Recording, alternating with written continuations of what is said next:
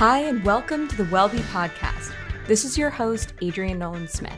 I'm a board-certified holistic patient advocate, and my goal with this podcast and all my other work with Wellbe, which you can check out at getwellbe.com, is to empower you in your health, helping you avoid chronic symptoms and diseases, and helping you heal them as naturally and holistically as possible when they do come up. This week, in honor of spring being fully sprung, or at least it is in New York, I bring you a brand new interview all about histamines, mast cells, and the allergy-type symptoms that histamine reactions are known for. I went deep on this subject with Dr. Brooke Kalanick, a naturopathic physician, author, and women's hormone expert.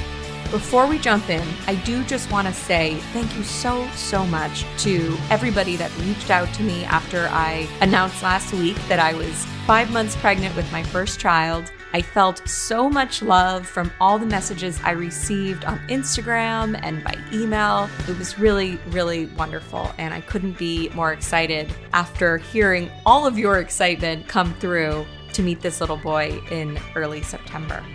Also, if you like the Wellbe podcast and you haven't yet left a review or subscribed, please do so now. You don't even have to stop listening to this episode. You can just scroll all the way down on the Wellbe podcast page and click write a review. Hopefully give it 5 stars and a few words, and then press submit in the top right-hand corner, and boom, you're done. Okay, now let's get into it with Dr. Brooke. I have to say, I only had a general idea before this interview of what histamine intolerance really meant and the connection between histamines, allergies, mast cells, food, and the gut. But now I feel like an expert because Dr. Brooke dumped so much knowledge in this episode. It's a jam-packed episode, so I'm going to just jump right into it with her. Here is Dr. Brooke. I am very excited to talk to you because I have had many questions over the last couple of months from Wellbe community members and private clients who are experiencing challenges with allergies and histamine issues, and they're going to conventional physicians who are telling them they just have histamine problems, sort of in this like blanket, like you can't do anything about it kind of a thing, and not really going upstream to understand what that's related to or why that might be happening. And so they just go on prescription or non-prescription antihistamines. And so, people that don't want to stay on a drug forever or want to understand root causes often talk to holistic patient advocates or seek advice about which direction to go in next. And I want to make sure that I fully understand it because it's a super complicated topic. And that's what we're going to talk about today. Yeah. So you, as I mentioned, are a naturopathic doctor with a master's in acupuncture and Chinese herbal medicine. I believe you were also on the path to become a conventional pharmacist before that. So before we get into all the details about histamines, what was it that first sparked your interest or made you decide to go into this specialty and functional medicine in general? Yes, I was that before functional medicine was a thing. I've been doing this longer than I realized. I know. I feel like I just graduated. It's quite a new subset in the world of holistic medicine and integrative medicine and all the words that come along. Yeah. So I was, as a naturopathic doctor, the functional medicine model really fits with our tenets and our principles. So it was kind of a natural way for me to continue to study and end up practicing. So yes, starting off as a pharmacist, I was like many pre-med students, so a little bit unsure what track I would take, but knew that it was probably something in the health field.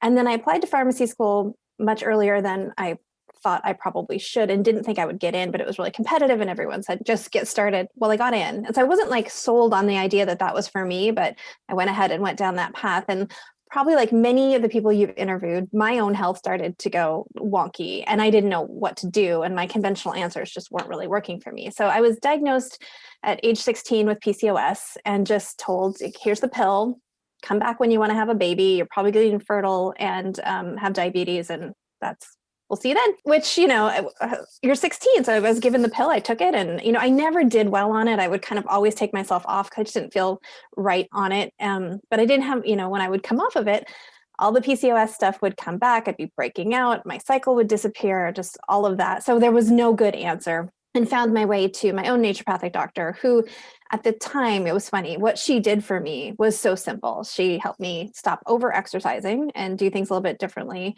focus a little bit on my sleep, on my blood sugar. I ate a little bit better. I think she gave me some B vitamins and some adrenal support, and my life was transformed. Like, I wish all my patients were that easy. So having been helped by her a couple of different times, I ended up sort of jumping ship right as I was getting done with school for pharmacy and going to Bastyr in Seattle.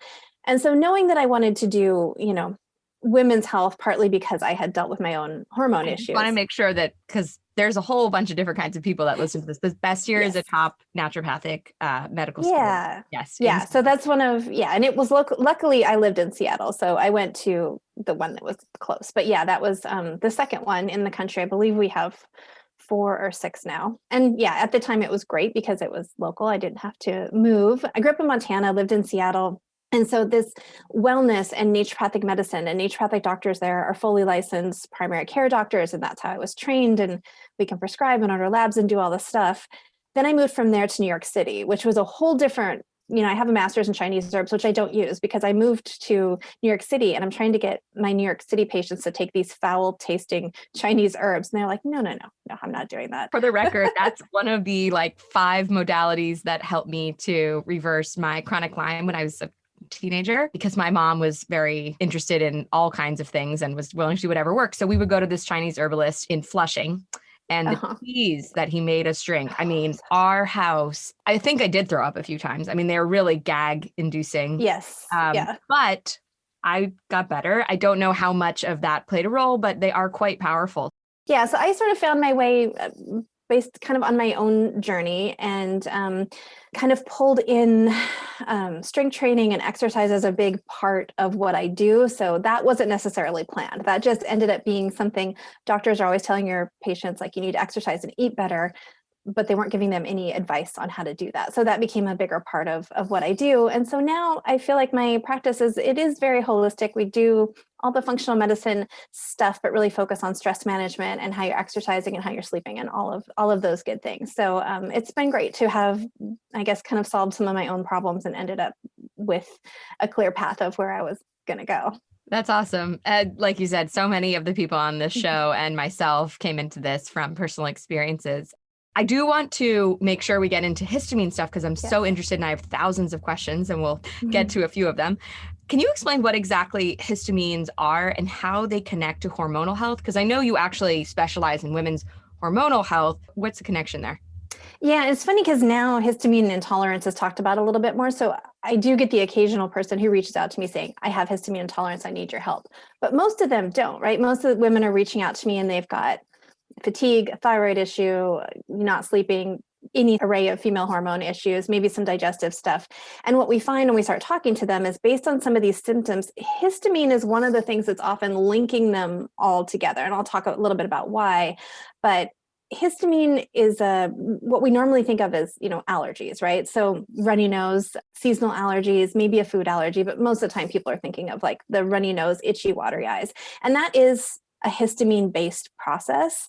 That's not the same as histamine intolerance, which is what I think a lot of people are starting to wonder. And they read more about, like, should I be eating these certain high histamine foods? And where is this coming from? Is it my gut? And how does that relate to my hormones? So histamine is part of your immune response. It's part of your inflammatory response. It's one of the things that, like, you think about a hive. That's a pretty classic histamine example. There's some sort of insult there, whether it's a cut or some sort of allergen, right? And you get that allergic hive. It vasodilates, so you get all that fluid rushing there. So it brings immune cells. It's one of the things that kind of like recruits the white cells, like, come to this area and deal with this problem. So it's really important as part of our normal immune response and part of our allergy response. It also does a bunch of other things. It's a neurotransmitter. It's part of your wake sleep cycle. If you think about certain antihistamines make you sleepy, it's because they block histamine in your brain. So there's different histamine receptors throughout your body.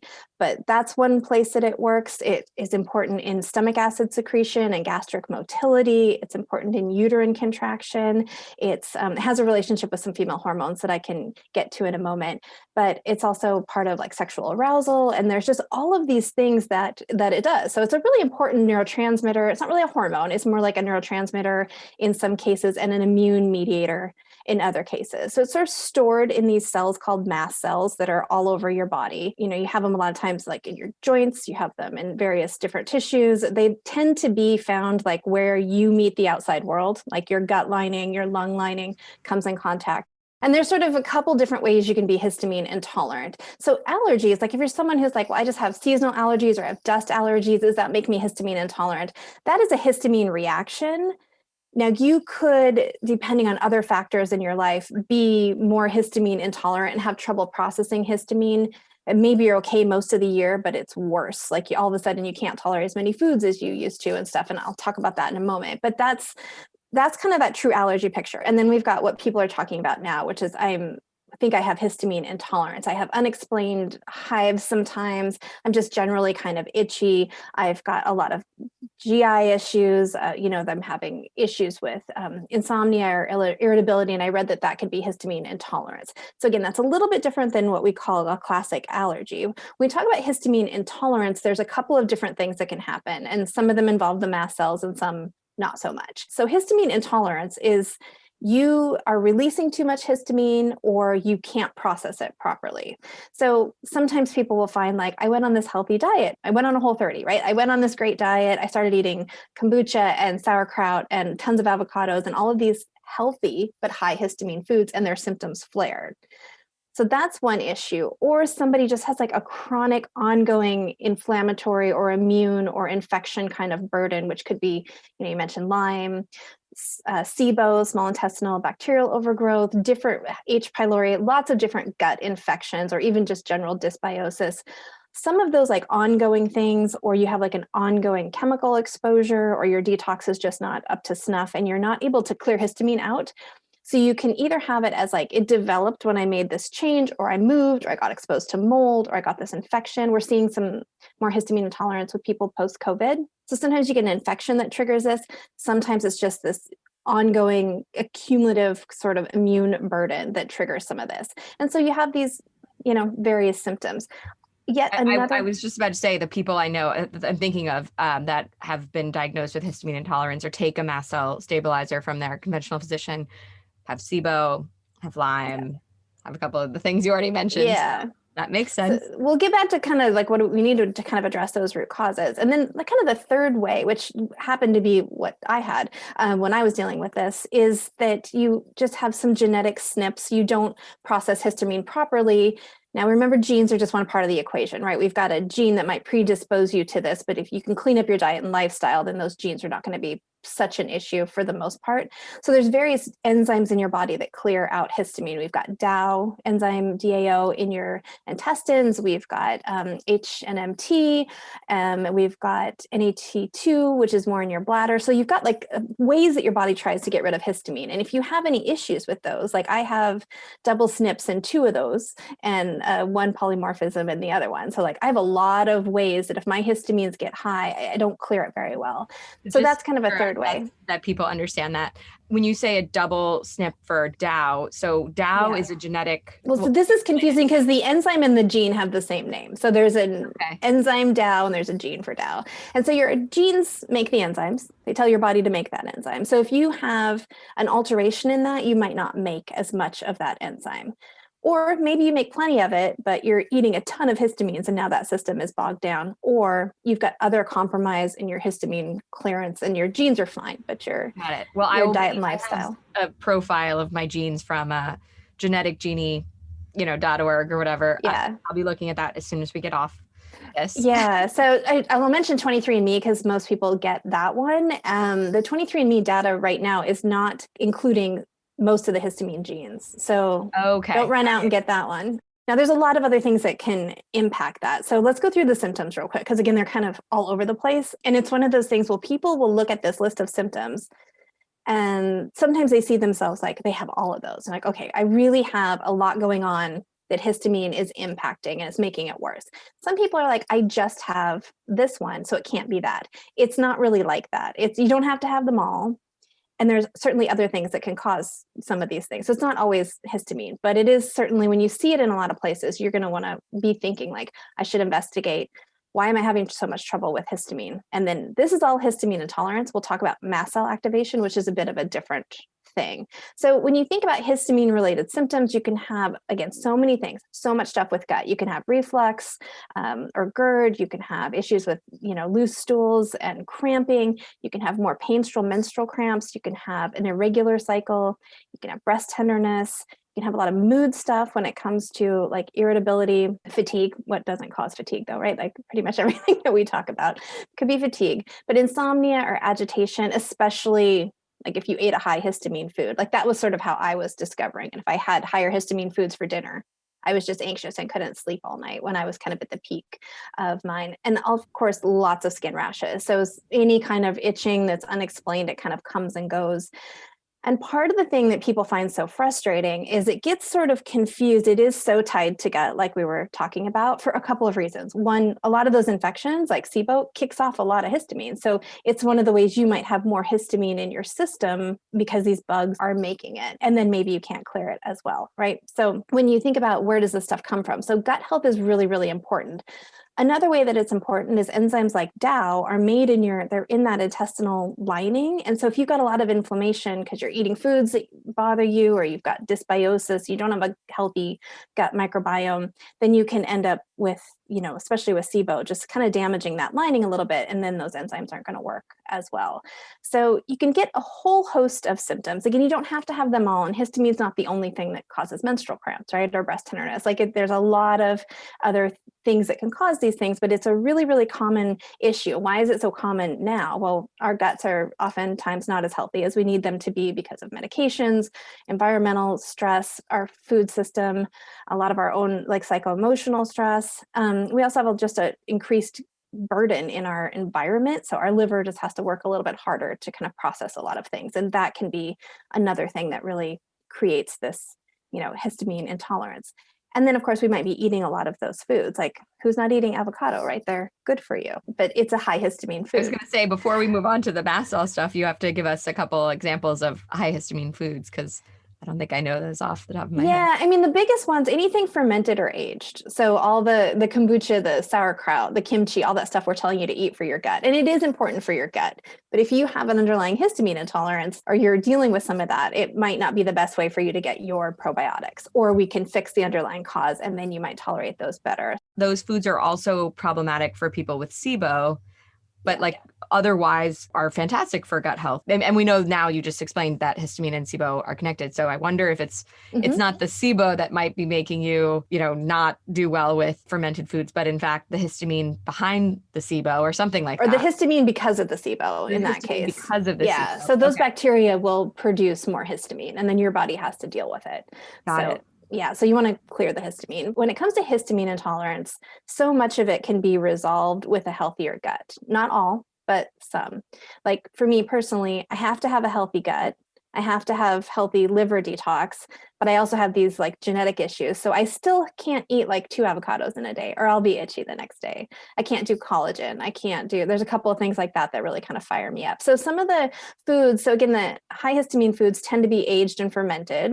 So there's, all that stuff I just mentioned. Also aged meats and cheeses. Those, some people may not be eating those because they're not eating dairy, but those are also really higher histamine foods. They also have other things in them like tyramines. Aged food is interesting because a lot of those components that happen when aging is essentially rotting. A lot of those components go fight for those same enzymes. So things like aged cheeses are even worse for me because they've got tyramine and histamine, and I've got all those slow enzymes that need to deal with it. So the fermented foods are kind of a biggie. Certain good greens like spinach is a high histamine food, avocado, shellfish, a lot of dairy grains can be higher histamine, nuts, not all nuts. There's sort of some argument about what nuts are okay when you're doing a low histamine diet. If you guys start Googling low histamine diet, you're going to get a whole variety of different lists. My list that I give out tends to be in the middle. You have to eliminate enough of it to get some relief if you're going to try a low histamine diet, which we should talk about as kind of a good diagnostic tool. if you can get some relief and still keep some of them in, sometimes that's a little bit better. The low histamine diet, ironically, is terrible for your gut. It's not very diverse. We took out a lot of vegetables. We took a lot of, because they're high histamine, and we took out all those fermented foods. If you're going to go on a low histamine diet, I guess we're kind of talking about that now, it's a great diagnostic tool. If you take all those foods out and all those symptoms go away, you know you're having some sort of histamine intolerance.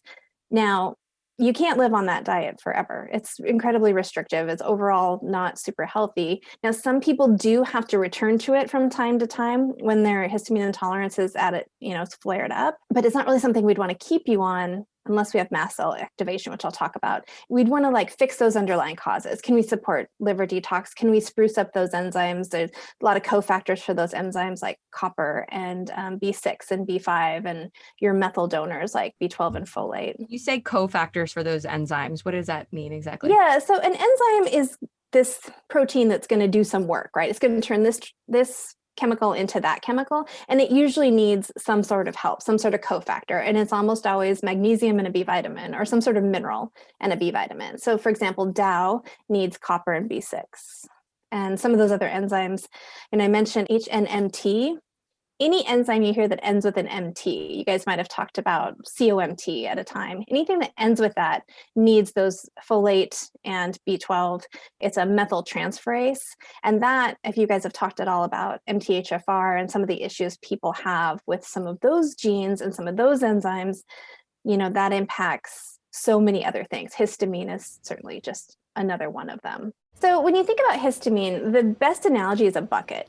All of our stuff that gets cleared, you've got a flow coming in and then the drain coming out. The drain coming out is your enzymes. It's usually liver detoxification or some way that you're moving that out. So you can have too much coming in. So let's say you've got SIBO. So you've got these bacteria in your gut that are making more histamine.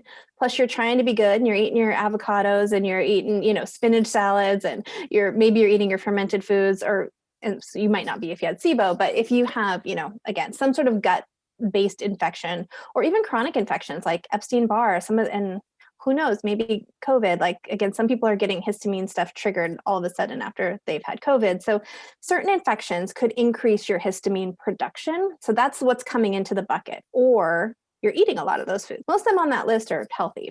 Lemons are on that list, tea. So you might be having a lot of stuff come into your bucket, and then you need to make sure that you can clear it out. So the easiest thing to kind of know if this is you is to stop the flow coming in. So if you can decrease those foods for 7 to 14 days and you feel much better, you kind of dumped your bucket essentially, right? We can also spruce up how you're processing those. Can we give you some of those nutrients? You can actually take DAO enzyme. They sell it in a capsule. It's rather expensive, so it's not really a great long-term solution, but it can really help people like me. If I'm going to eat an avocado, I take that because it just helps because I don't make a lot of that one, right? So you can kind of decrease what's coming in and you can enhance what's coming out, and that will help histamine intolerance. So again, the testing for it, we should talk about that because I kind of use the low histamine diet as a diagnostic test. If you decrease those foods and you feel better, you stop itching, your anxiety gets better, your insomnia gets better, your skin clears up, your joint pain goes away, your digestion is better, your acid reflux is better, then we know you've got some sort of histamine intolerance. It does not tell me what your root cause is, but now I need to investigate some of those root causes that we just talked about. And a healthy gut is always the place to start because it's going to impact really truly everything. And for a lot of people, that is their root cause. I would say the next one is probably sluggish liver detoxification. I just want to make sure everybody knows that just because you have this gene does not mean that you need to take this supplement. And just because you have MTHFR does not mean that you have to always be on folate and B12. You want to use real-time testing as well, like looking at your homocysteine or your methylmalonic acid or some of those blood tests we can do, or there's urine organic acid tests. You want to match those, right? You don't want to just take it because you have this gene, because some people have the gene. There's other people that have low, maybe they have the same SNPs as me with DAO, but they've got so much other good stuff going on in their diet and lifestyle that they're not really impacted by that. They might be at a time, my histamine intolerance only popped up when I was under a huge amount of stress writing that book. So when I was writing Angry is when all this stuff was really coming up for me. And I'd never really had it before, except for one other time I had some unexplained hives. also a period of high stress. And then it went away. And when it comes to like that, and with the food, I think it's really frustrating for people because they're like, am I sensitive to an avocado? Because sometimes I eat it and I feel fine. And other times it flares my symptoms up. And that's because of that bucket. Like if maybe you had a lot of other high histamine foods leading up to that day you ate the avocado and it tipped you over the edge. Or maybe like me, you had so much stress going on. So you were depleting some of your other nutrients and your inflammation was high. And then now all of a sudden all the histamines can build up. I was just going to say, my husband dealt with some acid reflux, heartburn type symptoms, and we have a great interview with Dr. Jonathan Aviv on this, which people continue to love and find, even though it was a couple of years ago. But it's the same bucket idea, I think. And now that you explained that histamines connect to reflux and GERD and things like that, it makes even more sense to me because he's only really experienced severe symptoms when he's been having, a lot of coffee with a lot of wine and a lot of citrus fruits and things that we know contribute. But it doesn't. And that's one of those histamine receptors. That's the H2. When we take things like Prevacid and Zantac, those are H2 blockers. They block histamine in your gut. Oh, interesting. So that's why they work because histamine mediates acid secretion in your stomach. So that's one of the reasons. Those conditions, it's funny. I always said the root cause of acid reflux and heartburn are eating too much of these things. But that's not really the root cause because eating too much of those things, if you didn't have these other histamine issues, you'd just be eating a little too much of those things. I've never had an acid reflux symptom. And I've certainly had lemon water in the mornings and coffee in the morning. And maybe the night before I had red wine. So I could easily, but I've never. And so I think that means that he might have more histamine issues than or maybe he has H. pylori, or he has something else going on in his gut that's making some histamine.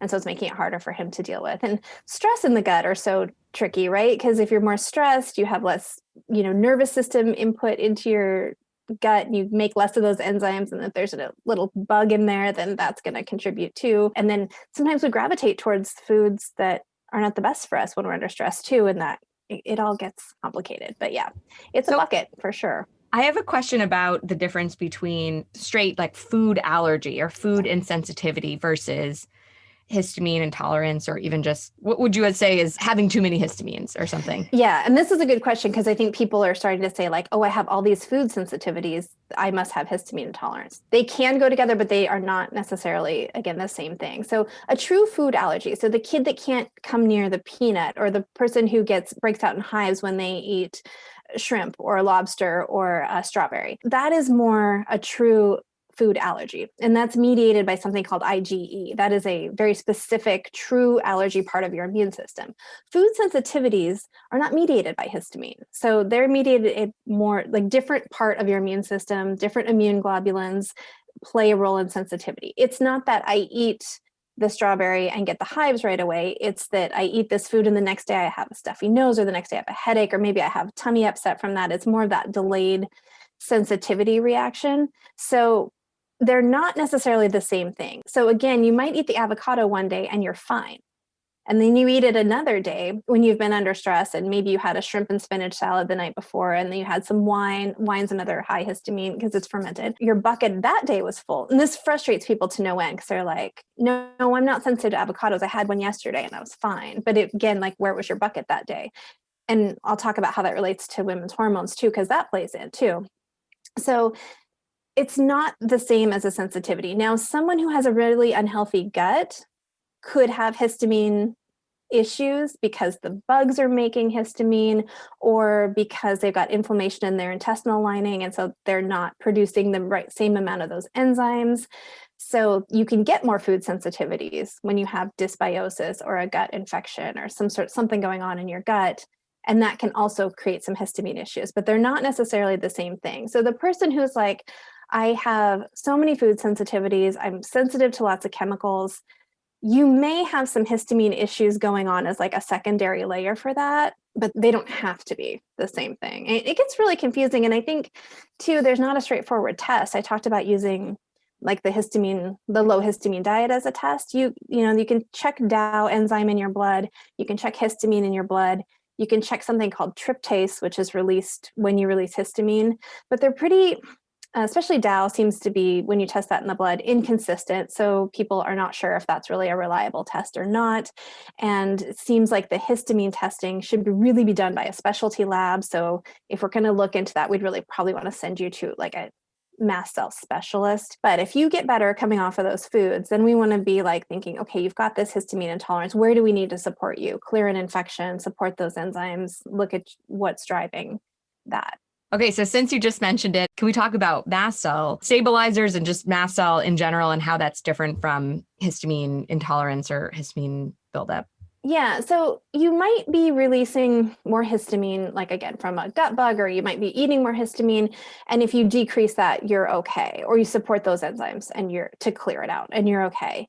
Other people do have overactive mast cells. This is your allergic person, or this is someone with mast cell activation.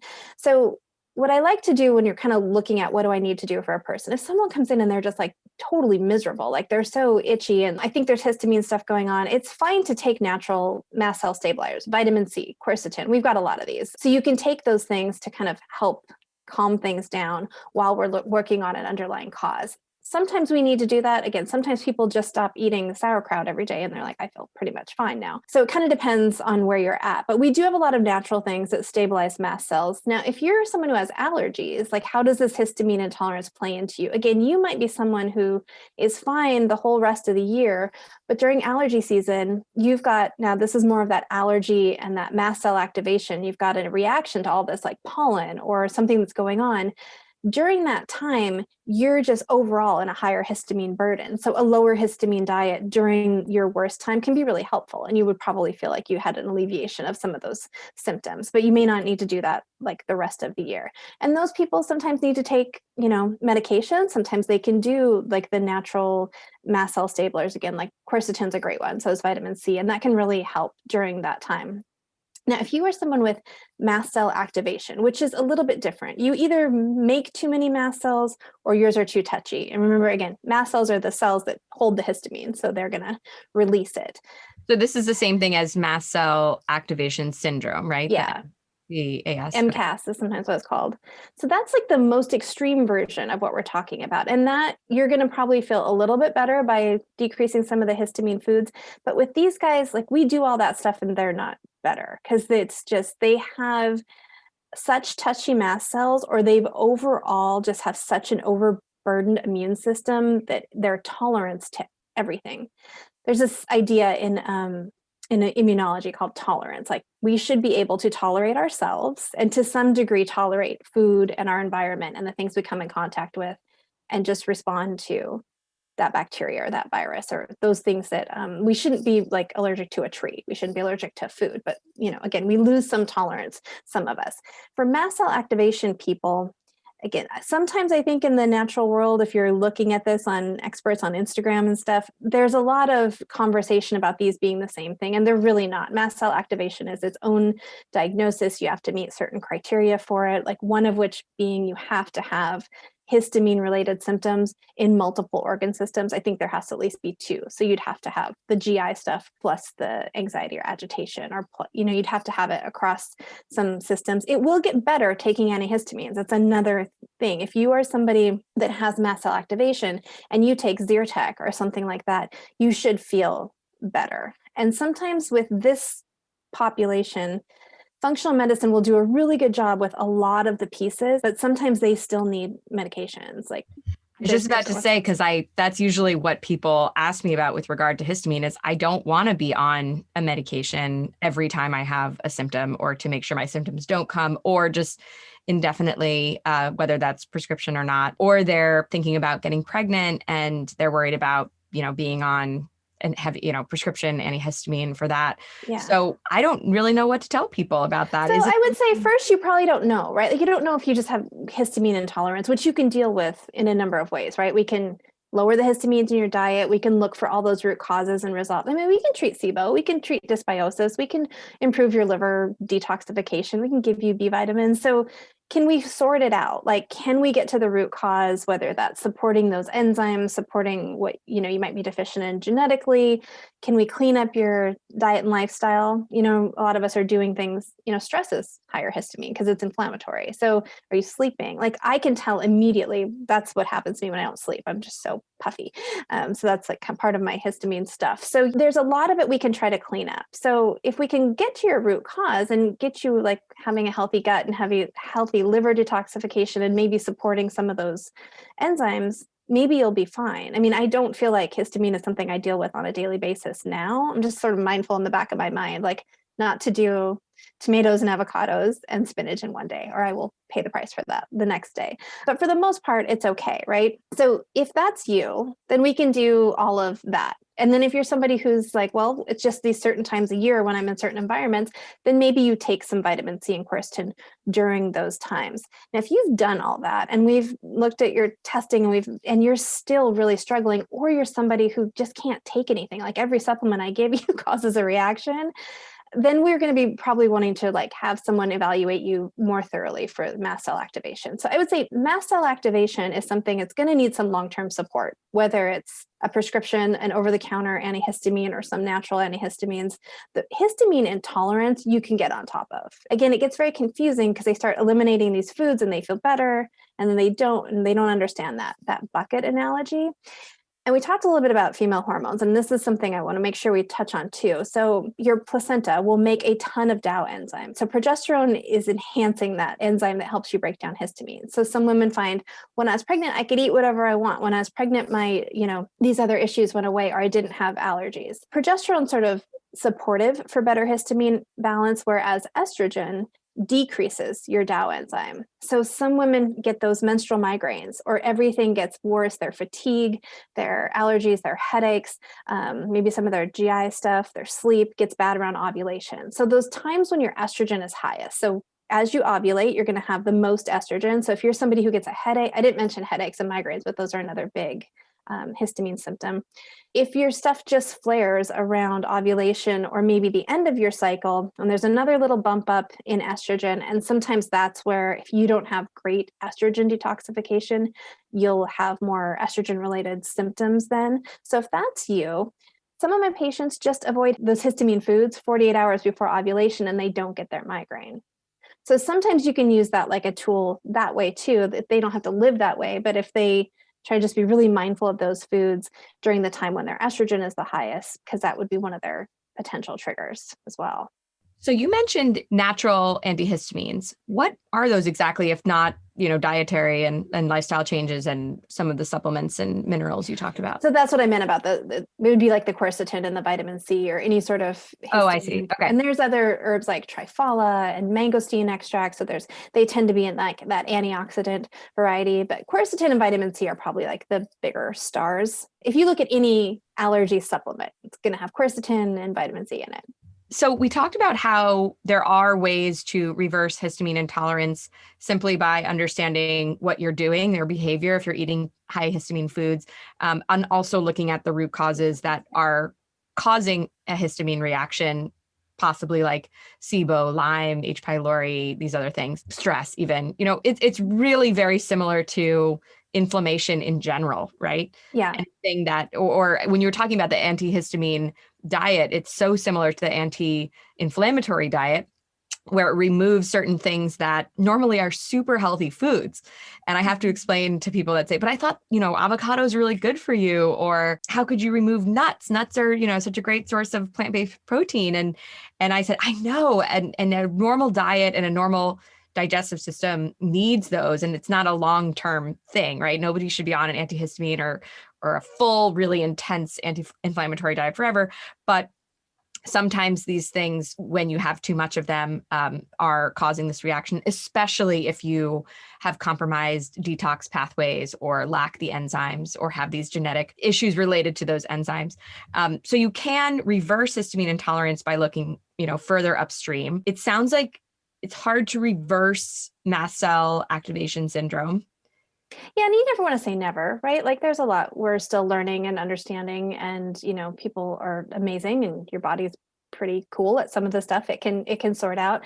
But sometimes that means you have to be on top of it more. Like PCOS is a good example. Like I don't feel like on a daily basis I suffer with my PCOS, but I certainly would if I ate a standard American diet or didn't care how I slept, or, there's a lot in my stress management. Like that would turn, like, I don't know if I want to call it like in remission, but like I do a lot of things in my diet and lifestyle and some certain supplements and the way that I eat and the way that I exercise to keep that great. Like I have a cycle every month. I got pregnant easy, but that was because I did those things. So I think sometimes we have this idea that if I turn to natural medicine, if I turn to functional medicine, I'll cure this. This will just be gone.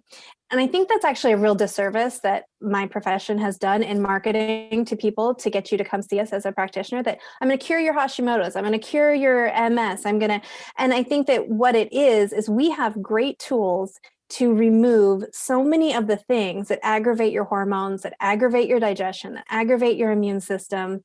And if you continue to do those things, you hopefully are going to be in a really great place. Sometimes you start working with someone and they're like, I was taking a lot of supplements because we did 7 things for my gut to get this under control quickly. And then we worked on some things for my hormones. And now I take 2 probiotics and my multivitamin and maybe one other thing, and I'm fine. So I think sometimes it's an intense kind of healing part of the thing, but I think there is something to be said about whether it's with a nutrient or a supplement or certain diet and lifestyle modifications that will keep whatever that condition was at bay. And also this idea of a root cause, I love that idea, but I think, people come to me and they're like, what's my root cause? And I always say at this point, it's compound causes. You have, like you said, I've very rarely seen one root cause of anything. Yeah. I mean, that's like magical if that happens. Love it's like, that. That's so easy. That's never the case, especially private clients and stuff that have chronic Lyme or something like that. I'm like, nobody has chronic Lyme that doesn't have a handful of other really serious things. It's just impossible. Your body would have overcome the Lyme bacteria already if it was operating at its best, but it's compromised in some way, and then when we keep digging, it's like, oh, there's a mold issue, there's celiac, there's, these other things that are making it so compromised that the Lyme continues to wreak havoc. And I really like that you mentioned that, because there is a huge difference between completely resolving something and putting it into remission. Even I, talk about fully healing something. But when I talk about fully healing something, to me, it's that you don't experience those symptoms anymore. Does it mean that those things that help you stop experiencing those symptoms, you can totally stop doing and go back to fully eating junk food and never drinking water and this and that? No. And that's, if I've ever made it seem that way, I apologize. And I think marketing usually uses a few words, right? And so people pull out the ones that they want to hear, that the most promising, but you can fully resolve H. pylori by making that fully go away, right? But fully resolving a thyroid condition without continuing to do the things that help you to put those thyroid symptoms into remission or make them go away. No. Part of what we want to remember too is like, maybe I have to take a couple nutrients for my PCOS, and there's foods that just don't work for me. But I always say 2 girls can go gluten-free and they both feel physically amazing. One feels like, I feel so empowered that I have this knowledge that if I do X, Y, and Z and avoid this food, I feel so much better and I can live my life. My body feels and looks the way that I want it to, and I sleep and I can do my life and I can feel great. And someone else can go, and I'm using gluten as just an example. Someone else goes gluten-free, their physical symptoms go away and they feel restricted and miserable and just hate every second of it. And, that is not sustainable. That person's not going to be successful on it. And also, like, is it the same level of healthy as the other person going gluten-free when it causes so much emotional stress? And so much of that, I think, just comes down to mindset, which, how am I going to look at that? If I know that I've uncovered these things and maybe we've cleared some of them entirely, and then I can do these couple of vitamins and these lifestyle things and this nutrition plan, and then I can experience better health, that's either going to feel really good or it's going to feel like bad. And it's really just in how we look at it. I end up getting to mindset in pretty much every interview I've ever done, whether it's very technical about something that has nothing to do with mental, emotional, spiritual health, or something that's very related to it.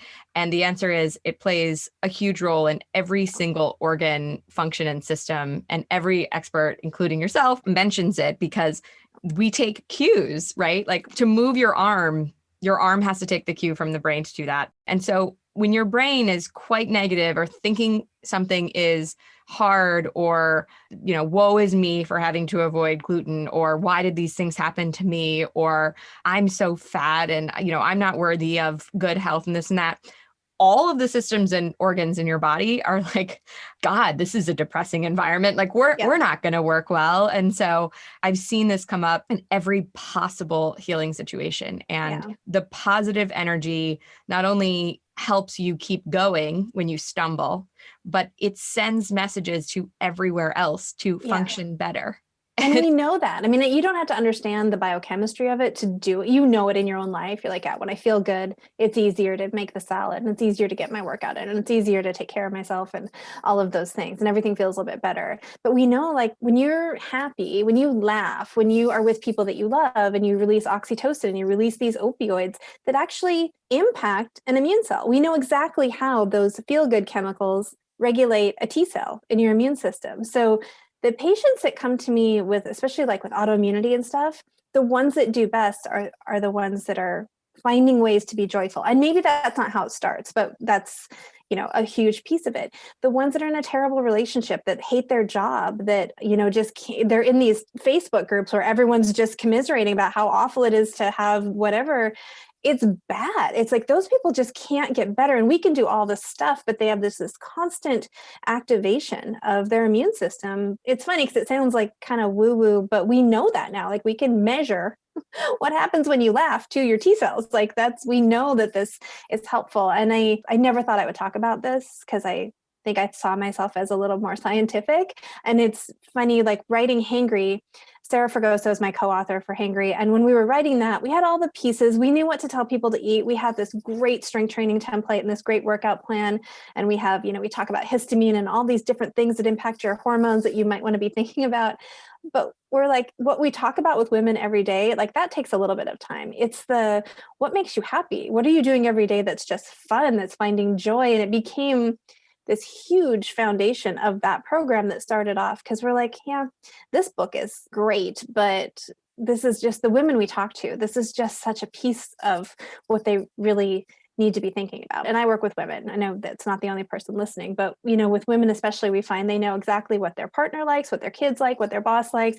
And they're like, I don't even know what makes me happy. If you think about the things you don't do that are work or taking care of your family, what do? You do the dishes, you make your bed, you do your laundry, you clean up your yard. Like you do all this stuff that is rapidly getting undone, right? Because you're going to have to do it again tomorrow. Like painting, playing a game with your kids, playing an instrument, making a memory, having a conversation. Like those are things you can't undo. And we really talked a lot about like, do some of those every day, like just something that you just do because it felt good, because it, made a connection with someone. That is something I will do that if I have time. That is not bubble up to the top of our priority list. And it's more than just a good idea. It really is so fundamental to our health. I couldn't agree more. Okay. I do want to make sure before we wrap up that some people who at this point are thinking, I think I have either histamine intolerance, histamine buildup, mast cell activation syndrome, have next steps they feel good about and don't just feel like this is something that's going to be a drain on them or hard to resolve or put into remission. So if somebody believes they have one of those things, what are the next best steps to take? Again, I think going on a low histamine diet is a really good way for you to get some pretty quick feedback within a couple of weeks of like, this feels definitely different. And I can give you guys a download. I have a guide for histamine that with recipes and stuff, just to kind of, again, get on that plan and see what happens. If you really feel like I see myself in that guide or you see myself in an article, reach out to somebody and start to, again, try to get to some of those root causes. And some people find that low histamine diet and they're like, oh my gosh, I feel so much better and my skin's clear and I can sleep and all this stuff and my breast tenderness is gone and my digestion's good. I'll just stay here because I don't have to pay to work with someone. I don't have to, but again, that's a very restrictive diet and it doesn't get to any of your root causes. It just decreases the flow into the bucket. Diversity in your plant foods, like if there's anything I can tell you guys as far as like what keeps us healthier, your immune system, your gut, you need to be eating a large array of plant fibers. And if you're on this really restrictive diet for histamine or anything else, your gut microbiome will suffer. And we can nudge it with lots of probiotics and products and stuff, but ultimately we want to be getting more of that stuff from food. So we really do need to get to that root cause. That's one of the most popular WellBe podcasts and YouTube interviews is with Dr. Will Bolswick, who is called the Fiber Doc. And it's all about how plant diversity and diversity in your diet is really the answer to great gut health. But one of the challenges in the interview was really understanding, like, when you eat black beans, for example, and immediately feel a symptom, there's a part of your mind that thinks, well, I shouldn't eat that. But then, for how long, when you take that fully away, those good bacteria in your gut that need black beans or need legumes to live die, right? And you don't want that. But how do you, marry this world between, like, I can clearly see I have a bad reaction to that food with, okay, well, I want a strong gut, so I need a lot of diversity. And that's right. It sounds like histamine comes in, and that could be sort of the difference, is that if you can clear up the histamine buildup or solve histamine intolerance, then some of these reactions you might be having to, and like you said, it's not like you break out in hives, but you just feel some digestive discomfort or runny nose or something like that could clear up. And then you could continue to eat a great diversity of plants. Well, I think a couple things. So I think, there's a lot of reasons someone might be on a restrictive diet, right? It might be, I'm on the histamine diet, or I'm on the low FODMAP diet, or I don't consider paleo a super restrictive. Some people do, but I consider that it's got pretty good diversity. You're not eating certain things, but you're getting a lot of other things. So you might be on some variation of that, or the autoimmune paleo, or wherever you're at. So you want to do your best you can within that. Also, try to solve as many issues that cause you to be overreactive to food. Gut infections, leaky gut is, component of that, or just an inappropriate immune response to food. Or you might have histamine intolerance. But whatever is causing you to have a really restrictive diet, can we resolve it so that you tolerate more foods? That's always the goal, to get you to just not be on such a tightrope with your diet. That's not super fun to live. But also it tells us if you're not tolerant to very many foods, your immune system's not great, right? I know we need to work on that. Your gut's probably not great. So we want to get past that so that you can have just a easier time living your life, but also then you can eat more diverse plant foods. But sometimes that's a therapeutic tool. Now, obviously, gluten intolerance or celiac or something like that is a whole different conversation, right? That food's just going to be gone. But if it's that you can't eat spinach and strawberries and avocados, maybe we need to restore balance so that you can. And while you're doing that, then you want to be as diverse with the foods that you do have, right? So you don't want to be eating chicken and broccoli every day. We want to be rotating your proteins and eating from the foods that you can eat. Keep it as diverse as possible. And then again, work hopefully with someone, or really get good probiotics in there and the short chain fatty acids. You're at least taking some of the supplements that you can't get from your diet right now. Hopefully you won't need those in time. And there's a lot of ways to improve that diversity. I mean, you can pulverize all of your veggies in a powder and put them in the freezer. You take a spoonful of that every day, because some people are I'm just too busy to think about plant diversity in my day. There's ways around it. You just got to be a little bit more diligent. Yes, I wish I could put that on a bumper sticker.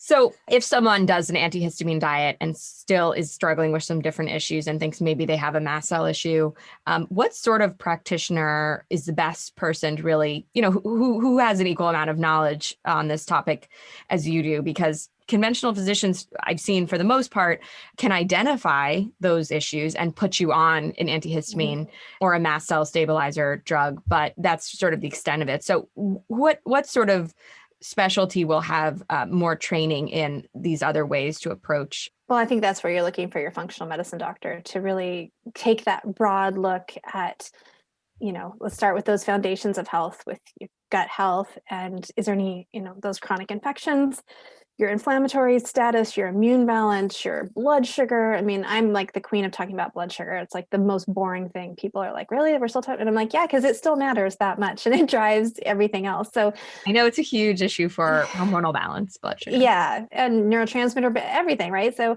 and it creates inflammation and oxidative stress, and it plays into histamine too. Someone might be doing the low histamine diet, but their blood sugar is a mess and they're still not feeling quite better. So I think a functional medicine doctor is going to be really good at getting your basics in line. If you think you have histamine issues, I would certainly talk to your functional medicine doctor about how much do you know about that, because it's not something that everybody does. But if I have a patient that I think has mast cell activation, I would still send them to an allergist, someone who's a specialist in mast cell activation, and then you can work together. I think so often people feel like I have to choose between I'm going to do functional medicine and natural medicine, or I have to choose between that and my medication. And sometimes the best choice for that patient is a blend of both. I think that there's always going to be their conventional physician is willing to work with somebody else. That's a huge piece of it. It's like, well, no, I've got this conventional physician totally not open-minded or not interested in working with other people, but I'm trying to like now force this relationship. No, then you want to find a different specialist. I think you want to find your functional and alternative medicine doctor that is not like, no, you can't ever do conventional medicine. And you want to find at the very least that your conventional doctor is at least open to learning more about, and that if they don't know anything about it, if they just don't know about at this point, like the microbiome, this is becoming more of a part of the conversation in conventional medicine too, which is great.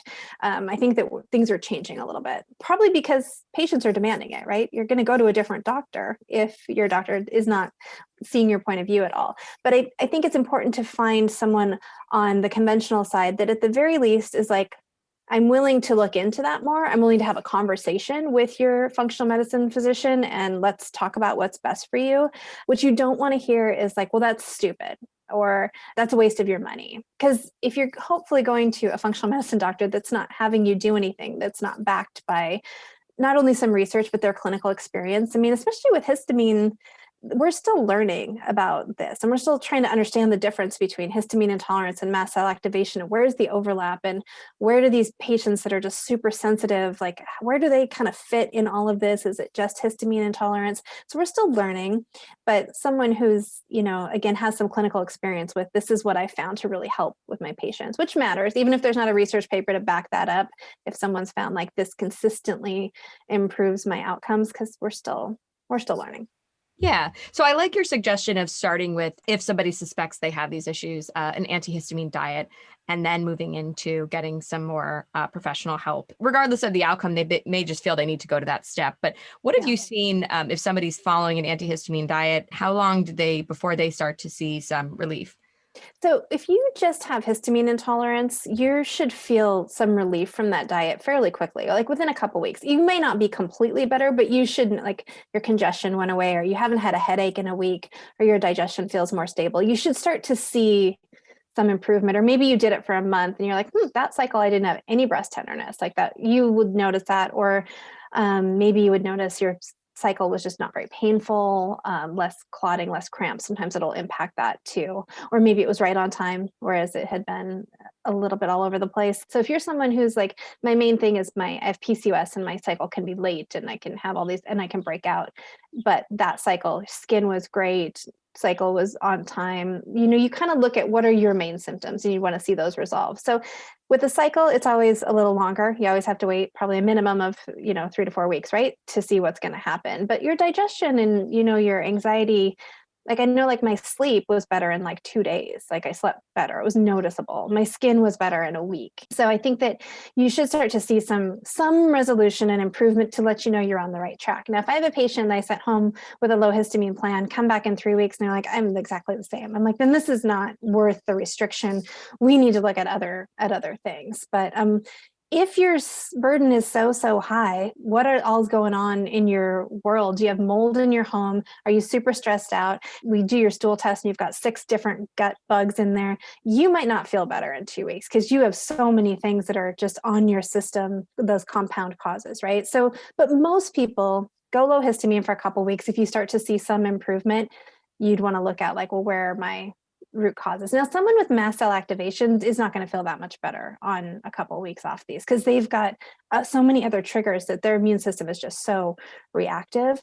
But histamine intolerance, which I think is what a lot of us are probably dealing with, or even maybe a mild mast cell activation, I think there might be degrees of that too that we're starting to understand, is going to feel better, at least somewhat better in just a couple of weeks, which is good because then you're on the right track. And that's always encouraging to keep going and to see if you can get to some root causes that would kind of eliminate that need for you to be on that diet. Yeah. And that seems to be the timeline for all elimination diets, as I've seen, like a, phase out timeline of about 3 weeks or so. And then depending on how many things you reintroduce, it's, 1, 2, 3 weeks. But there's that, 3 to 4 weeks where if there was something in here causing you issues, you would begin to see a difference, feel better, et cetera. And probably the only caveat to that is if your gut is such a mess, it might not be, right? And then you put them in and all the stuff comes back. So, yes. Like the people that have done like a Whole30, right? They did the Whole30 and they didn't get better. It's like, well, then the food wasn't the only thing that's aggravating all that. It helps. Absolutely. Yeah. I have a friend who she has chronic Lyme and some mold issues and celiac, and she's aware of that, but she did a pretty strict elimination diet, and she could definitely tell that certain foods made her feel worse. So it was good to keep those out, but certainly some of the issues remained because there were so many other things going on. Yeah. So it was helpful in that, like, okay, in order to just tackle the chronic Lyme and the mold issues and work on all of that, I do have to keep gluten and dairy out of my diet, but that's not the only issues. Now we got to move on to the next step. So it's a layering approach to healing. Cause like you couldn't even see these sort of Lyme driven or mold driven symptoms alone unless you got rid of this issue with gluten and dairy first. That's the multiple time a day, right? The food is so powerful because we eat it several times a day, right? Like right. I think of it like trying to get out of the surf. And like the wave keeps knocking you down. Like this is each meal is like, if you're eating things that your body's like, please no. And you keep knocking it down. It's like really hard to just get out of the water. So I like to use that analogy. You are just a wealth of knowledge on this topic. And I knew so little, and I feel like I know so much more now. And I could ask you about 600 more questions, but just in the interest of your busy day and time, is there anything that people should really know about histamine intolerance, histamine burden, or eating too much of it, or I guess it's called histamine buildup, and then mast cell activation that we haven't already talked about that you think is important?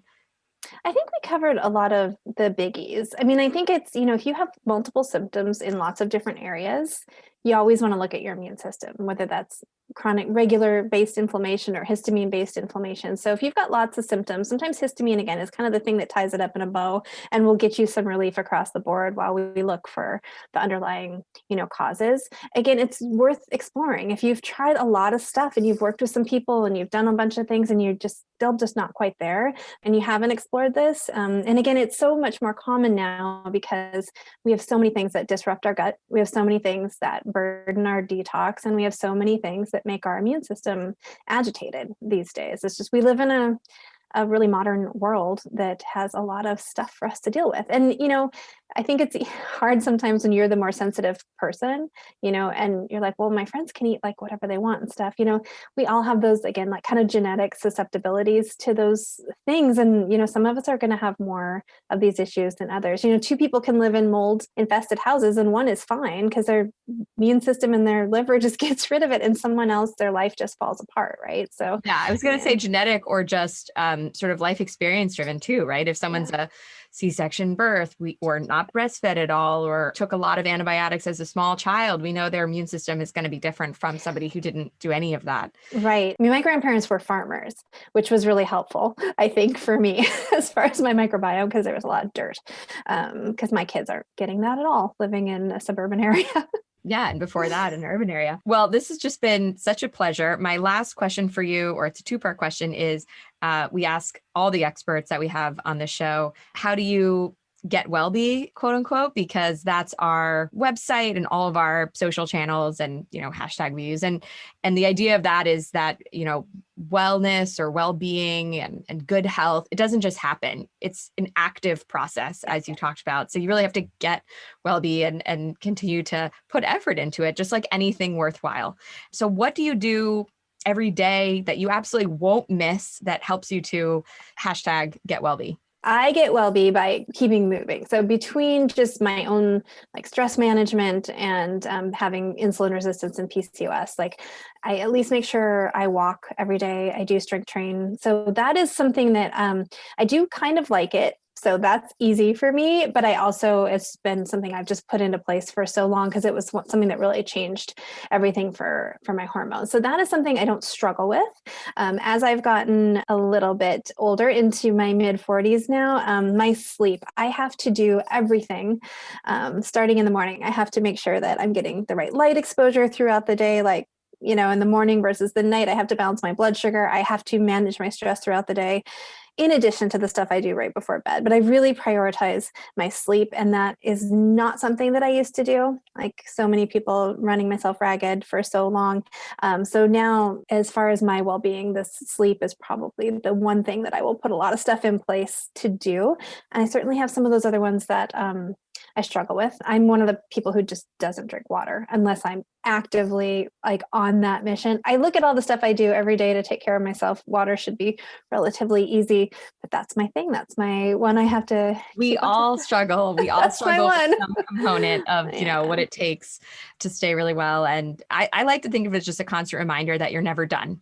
That you're never perfect, that you can always improve, because even the people that have all the information and live it and breathe it like we do, there's always, you know, one of those 5 core components of well-being that's a challenge, or maybe it's 2 or whatever, but we can continue to improve, and it's humbling, which is good. And I would say the one other thing that I feel is so important to for me to get well-be is to start my morning with a little bit of an intention, like not just get up and get on my phone and start taking care of the kids, but to get up before everybody and take at least 5 minutes for myself to work on my mindset, to work on like the stuff going on that I need to tend to in like my psyche.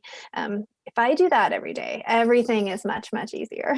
I call it my mantra walk. If you follow me on social media, I'm always on my mantra walk. Like that is my time to like, I could listen to a podcast, I can do some of those things, but I need to take at least 5 minutes of that time to work on what I'm thinking and how I'm feeling. And it's good to know that we all are struggling with different components of basic well-being. Well, Dr. Brooke, tell us where to find you in a normal, you know, virtual world.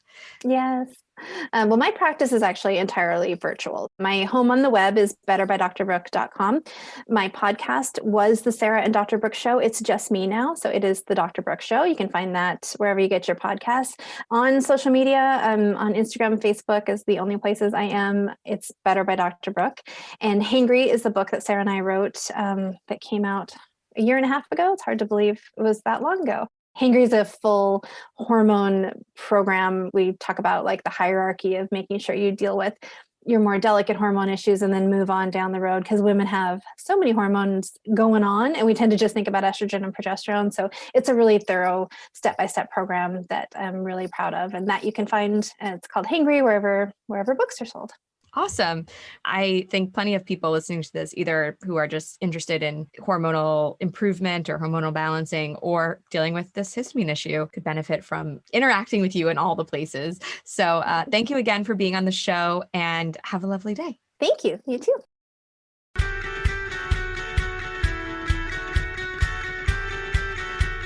All right, well, I hope that this interview helped. If you or anyone you know suffers from any sort of allergy symptoms, or have been told that you have issues with histamines or mast cells, or perhaps you didn't know anything about histamines and now some light bulbs are going off as to what might be behind some symptoms you've been dealing with. Whatever the reason, I hope you feel encouraged and empowered to know that histamine intolerance, according to Dr. Brooke, is reversible, and that there is a lot you can do to alleviate these symptoms and make sure that your relationship with histamines is a good one.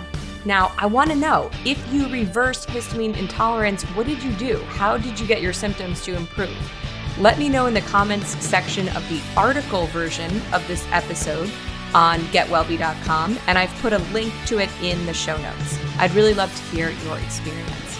Also, while you're there, become a Wellbe Insider so that you can get all of our latest content, special offers, and personal notes I don't share anywhere else weekly in your inbox. Plus, you'll get a free copy of my audio guide on how to feel the best you've ever felt and heal anything. The 10 things you need to optimize your health and heal any health issue, big or small, naturally. Even if you're the healthiest person out there, I promise you'll learn something you didn't know that can optimize your health. And we've got a bunch of other great free gifts over at getwellbe.com, so definitely check it out. I'll see you back here next week for another episode of the Wellbe Podcast. If you haven't already and found this episode helpful or interesting, subscribe to the podcast. This way you'll never miss a new episode, and they'll be delivered to you whenever we publish a new one. And please share this episode with family or friends who you think might find it valuable and informative. It means a lot and helps more people find the podcast. If you already have, then thank you so much. I really appreciate it. Once again, this is your host, Adrienne Nolan-Smith, and thanks for listening to the WellBe podcast.